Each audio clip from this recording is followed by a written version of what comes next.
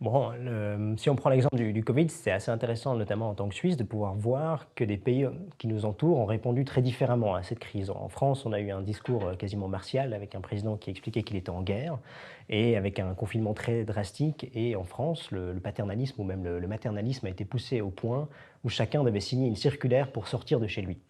Ce qui paraît complètement absurde et infantilisant à n'importe quel Suisse, et ça le choquerait de devoir remplir ce genre de mesures. Ensuite, de manière générale, durant une crise, on est d'accord de suspendre beaucoup de nos valeurs fondamentales, alors que, et donc on accepte des choses qu'on n'aurait jamais acceptées en temps normal. Si on avait expliqué à n'importe quel Suisse quelques mois avant l'arrivée du Covid qu'un conseiller fédéral allait lui parler tous les mercredis et lui expliquer quoi faire, il aurait rigolé, il aurait expliqué je ne connais même pas le nom de ton conseiller fédéral.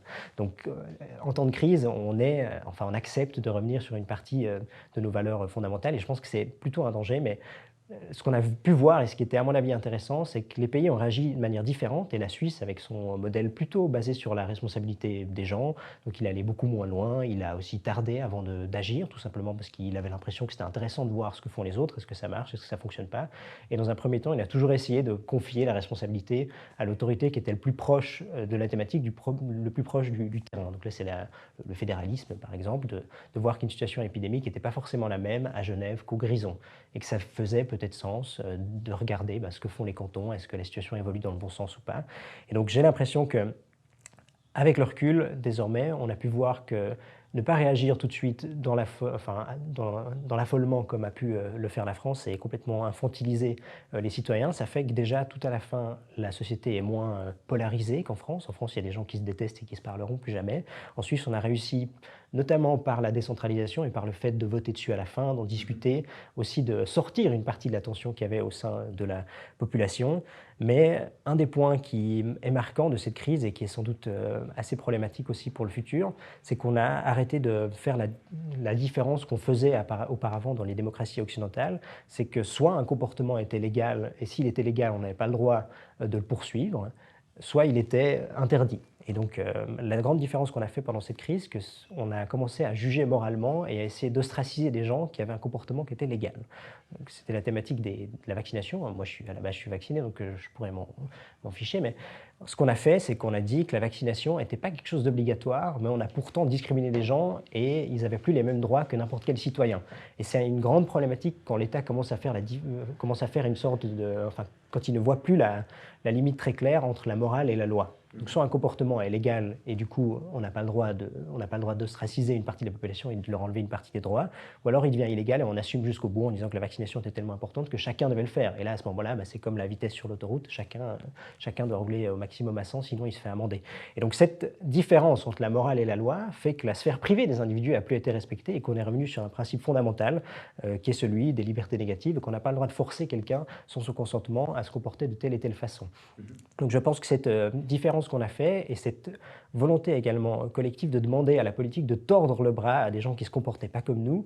Encore une fois, moi j'étais vacciné, mais je n'avais pas une haine profonde contre les gens qui ne se vaccinaient pas. Peut-être qu'ils se trompaient dans leur analyse, peut-être qu'ils avaient des bonnes raisons, j'en sais rien. Je pense plutôt que c'était faux de ne pas se vacciner, mais je n'avais pas cette volonté par le collectif, par la politique, de les sanctionner, de même de les discipliner finalement, de les faire vivre de la même façon que moi je souhaitais vivre. Et je pense que cette leçon de la crise doit être apprise et ne doit pas être répétée parce qu'avec ça, on tend la société. Ce sont typiquement des questions qui risquent de revenir pour des sujets comme est-ce que je peux prendre l'avion? Est-ce que je ne peux pas prendre l'avion? Combien de fois par année? Est-ce que je peux utiliser de l'énergie? Combien d'énergie est-ce que je peux utiliser chez moi? Combien d'eau est-ce que je peux dépenser? Donc voilà, c'est des questions qui vont revenir. Même argumentaire, enfin, disons que le danger de la pandémie est beaucoup moins dangereux que ce que représente le réchauffement climatique, si on est tout à fait honnête, sur le plan simplement factuel.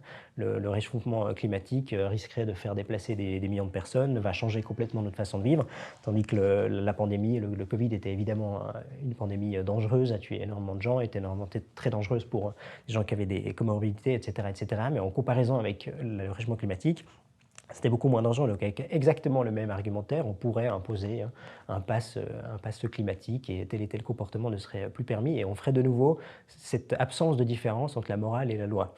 Et c'est à mon avis très dangereux et surtout pas très efficace parce qu'au final, soit il y a une économie parallèle qui se crée avec des gens qui avaient des faux certificats Covid et surtout ça discrédite complètement la parole publique sur le long terme. parce qu'on utilise finalement la politique pour imposer une façon de vivre aux gens alors qu'ils ne le souhaitaient pas. Et comment on fait du coup? Comment on fait pour concilier cette liberté individuelle, chacun fait ce qu'il veut, et justement ce réchauffement climatique qui devient de plus en plus intense et qui demande de plus en plus d'efforts de la part de chacun? Alors, sur le réchauffement climatique, c'est un grand défi à plusieurs titres. Ce qui est intéressant, c'est que les incitatifs individuels ne correspondent pas forcément à la réponse idéale. Tout simplement parce que déjà, le fait d'agir aujourd'hui aura des conséquences positives que dans quelques années. Donc, c'est-à-dire que notre intérêt primaire aujourd'hui, c'est pas forcément d'agir. Ce qui est négatif, ce qui est dommage. Et le deuxième aspect négatif ou dommageable, c'est qu'on a intérêt à être des passagers clandestins. Donc on souhaite par exemple que la France en fasse plus ou que l'Allemagne en fasse plus et que nous, peut-être plus tard, on le fera. Parce que la difficulté, c'est que quand l'Allemagne ou la France agissent bien, ça nous profite autant qu'à eux.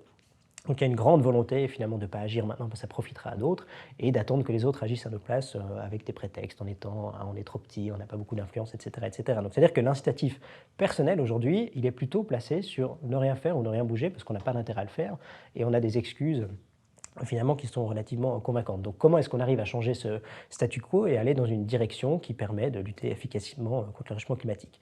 Tu as évoqué avant le constat, on est tous d'accord sur le constat, il y a un réchauffement climatique à base anthropique, donc c'est de notre faute, il faut qu'on change nos comportements, sinon on aura un problème. La grande difficulté, c'est qu'une fois qu'on a identifié le problème, on n'est pas du tout d'accord sur la manière de régler le problème. Il y a deux grandes approches. La première, c'est de faire comme durant le Covid, de tout politiser, d'identifier les comportements qui vont et qui ne vont pas, mais ça veut simplement dire qu'on va donner la responsabilité et le pouvoir à une petite minorité d'identifier les comportements qui sont bons ou mauvais. Et je crois qu'ici, l'expérience de la crise Covid nous démontre que c'est une très mauvaise idée parce que tout simplement, l'expertise, elle évolue au fil du temps et quand on la centralise trop, les gens se trompent. Tout simplement parce que le savoir évolue rapidement ou parce que quand on prend une décision, on n'imagine pas forcément les conséquences négatives qu'elle peut avoir, etc., etc. On se rend maintenant compte après quelques mois qu'une partie des premières décisions durant la crise étaient fausses ou elles se sont avérées avec le temps ne pas être forcément vraies et que du coup, certains experts que la Confédération ou même que d'autres gouvernements ont consultés ont dit des choses qui étaient vraies au début, mais qui avec le temps ne correspondaient plus à la réalité factuelle et qu'on a quand même continué à les écouter. Et ça pose un peu la difficulté de l'habitude. Une fois qu'on a le pouvoir entre les mains, on s'habitue, on se réfère toujours aux mêmes experts, etc., etc. Et sur la thématique climatique, ce sera encore plus difficile d'identifier les bons et les mauvais comportements, parce qu'il y a toujours, quand on interdit quelque chose, les gens vont se déplacer vers un autre comportement. Et est-ce que le nouveau comportement sera plus climaticide ou pas? C'est difficile de l'identifier à l'avance. Donc il y a, à mon avis, cette approche centralisatrice, de vouloir identifier de manière dirigiste les comportements qui sont possibles ou pas. Déjà, ça va mener à une surveillance de la population qui est, à mon avis, pas réaliste et les gens n'accepteront pas. Donc moi, je préfère l'approche qui identifie le problème. Le problème, c'est les 51 milliards de tonnes de CO2 qu'on a. Et la difficulté, c'est comment est-ce qu'on arrive à les faire disparaître. Et les 51 milliards de tonnes de CO2, c'est un dommage économique et ça a des conséquences négatives. Donc tout simplement, il faut y mettre un prix. Et une fois qu'on met un prix au carbone, il commence à être mieux intégré aux réflexions de long terme des citoyens. Aujourd'hui, un citoyen, il n'est pas confronté finalement à sa pollution, alors que quand il voyage en avion ou quand il a différents comportements qui émettent beaucoup de CO2, il ne paye pas l'ensemble des conséquences. Et donc le prix qu'il paye pour la consommation qu'il a ou pour le produit qu'il a, il n'est pas complet parce qu'il manque une partie que d'autres vont payer. Et donc il faut trouver une façon de les intégrer dans le facteur prix. Et ici, il y a l'approche centralisatrice d'identifier, de dire ces comportements-là de manière discrétionnaire, ils ne sont plus autorisés.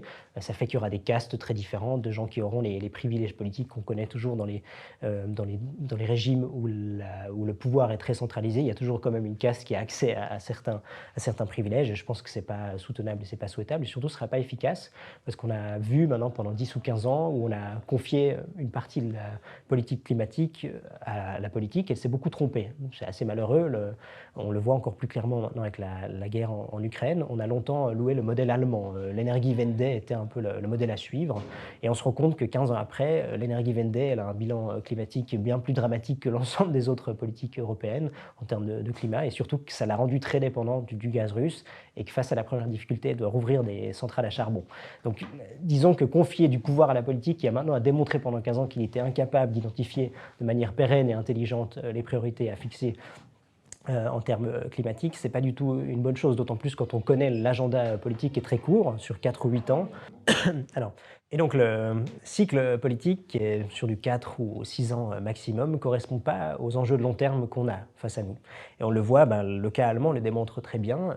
quand elle a pris ces décisions de, par exemple, sortir du nucléaire ou d'investir massivement dans des énergies renouvelables et de rester dépendante du gaz russe, Angela Merkel était louée par tout le monde et tout le monde avait l'impression que ces politiques étaient visionnaires et absolument à suivre. Et maintenant qu'elle est partie du pouvoir, quelques années plus tard, on se rend compte que ces décisions prises peut-être il y a 10 ans sont absolument dramatiques parce qu'elles mettent le pays dans les mains d'un autocrate et surtout elles augmentent le bilan CO2 du pays. Donc c'est-à-dire que le moment où on prend des décisions politiques et le moment où on doit assumer son plan politique ne sont pas du tout les mêmes. Donc c'est-à-dire qu'un politicien n'a pas un incitatif à être intelligent sur le plan climatique, il ne devra jamais assumer les conséquences. Donc c'est pour ça que l'approche centralisée qui donne trop de pouvoir à la politique est à mon avis pas celle à suivre. Et celle de fixer un prix au carbone est bien plus pertinente, tout simplement parce que ça intériorise dans tous les calculs le fait que le carbone a des conséquences négatives et que l'ensemble de l'économie va s'adapter à ça. Et le comportement des gens n'a pas besoin d'être surveillé dans ce cadre-là, tout simplement parce que c'est le système général qui fixe un prix du carbone et que les comportements des gens vont ensuite s'adapter à ça. Et ce qui est intéressant quand on fixe un prix au carbone, c'est que ça rend les alternatives moins problématiques sur le plan climatique, plus intéressantes de manière automatique. Et c'est un des grands problèmes actuels, c'est que finalement, malheureusement, les énergies fossiles sont très compétitives et très efficaces. Donc trouver une alternative qui est autant efficace et autant peu chère, c'est très difficile. Donc si on met une taxe carbone générale ou un prix ou un système de quotas d'émissions en place, on rapproche finalement les solutions moins climaticides de l'efficacité des énergies carbone. Donc c'est une manière de respecter les institutions qu'on a, avec la sphère privée des individus qui est respectée, tout en payant la conséquence générale et totale de ces consommations.